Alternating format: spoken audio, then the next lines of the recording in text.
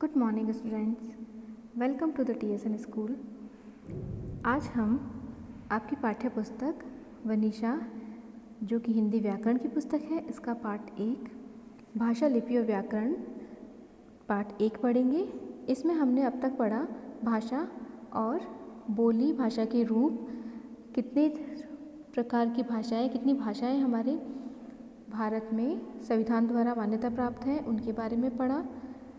अब हम पढ़ेंगे आगे लिपि के बारे में।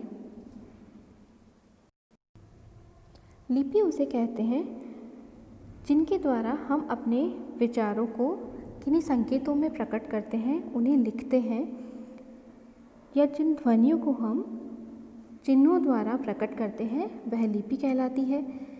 प्रत्येक भाषा की अपनी लिपि होती है, जैसे हिंदी की देवनागरी, संस्कृत की भी देवनागरी, अंग्रेजी की रोमन, उर्दू की फ़ारसी, पंजाबी की गुरुमुखी, जर्मन की रोमन, बांग्ला की बंगाली, फ्रांसीसी की रोमन लिपियां हैं।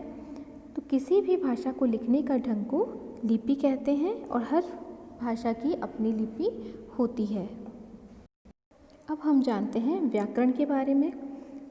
व्याकरण 3 शब्दों से मिलकर बना हुआ है, जिसमें वी धन आ धन करण।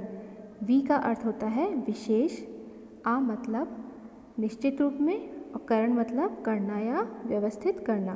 तो इसका मतलब हुआ कि किसी निश्चित रूप में कुछ नियमों को बनाना, जिससे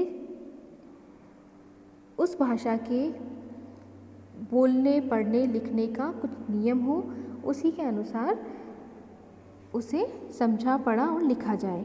तो किसी भाषा का सही व शुद्ध रूप प्रयोग करने के लिए कुछ नियमों का पालन करने की आवश्यकता होती है, जिसका ज्ञान हमें व्याकरण द्वारा मिलता है। तो व्याकरण भाषा को शुद्ध रूप में लिखने, पढ़ने और उसको क्रमबद्ध लिखने में सहायता करता है। तो व्याकरण वह शास्त्र है जो हमें किसी भाषा को शुद्ध रूप में बोलना तथा लिखना सिखाता है।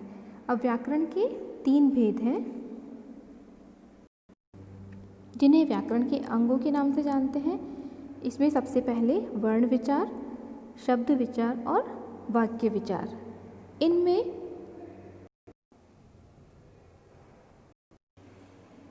अर्थात वर्ण विचार में वर्णों के लिखने, उच्चारण करने की विधि, शब्द विचार में उसकी उत्पत्ति, रचना, स्वरूप, भेद आदि का अध्ययन किया जाता है, और वाक्य विचार में वाक्यों की रचना, भेद, विराम चिन्ह कहाँ पर उसमें आएंगे, कहाँ अल्प विराम आएगा, कहाँ पूर्ण विराम आएगा, आदि का अध्ययन किया जाता है। अब जानते हैं साहित्य के बारे में। साहित्य किसे कहते हैं? तो साहित्य उसे कहेंगे जिसमें साहित्यिक रचनाएं यानी कि कविताएं या उपन्यास, कहानियाँ आदि संचित भंडार जिस भाषा का होता है, उसे उस भाषा का साहित्य कहते हैं। तो किसी भी भाषा के लिखित ज्ञान का संचित भंडार साहित्य कहलाता है। साहित्य में किसी देश अथवा जाति के विचार लिखित रूप में संचित होते हैं।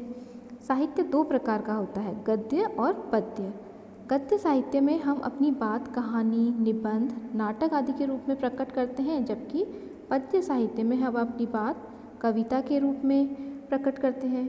संस्मरण, कहानियाँ, उपन्यास, एकांकी आदि गद्य साहित्य के उदाहरण हैं, तथा गीत, कविता, पद, गज़ल, दोहे, चौपाई, छंद आदि पद्य साहित्य के उदाहरण हैं।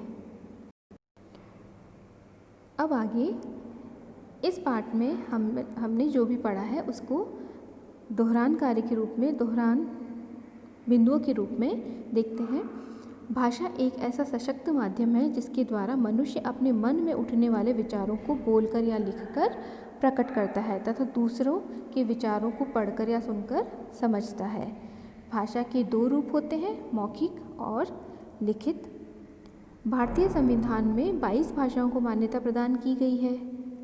सामान्य रूप से किसी क्षेत्र विशेष में प्रयोग की जाने वाली भाषा बोली कहलाती है, और किसी भी भाषा के लिखने के ढंग को लिपि कहते हैं। व्याकरण वह शास्त्र है जो हमें किसी भाषा को शुद्ध रूप से बोलने तथा लिखना सिखाता है। और व्याकरण के 3 विभाग होते हैं, जिनमें वर्ण विचार, शब्द विचार और वाक्य विचार है। ये था पाठ 1 भाषा, लिपि और व्याकरण।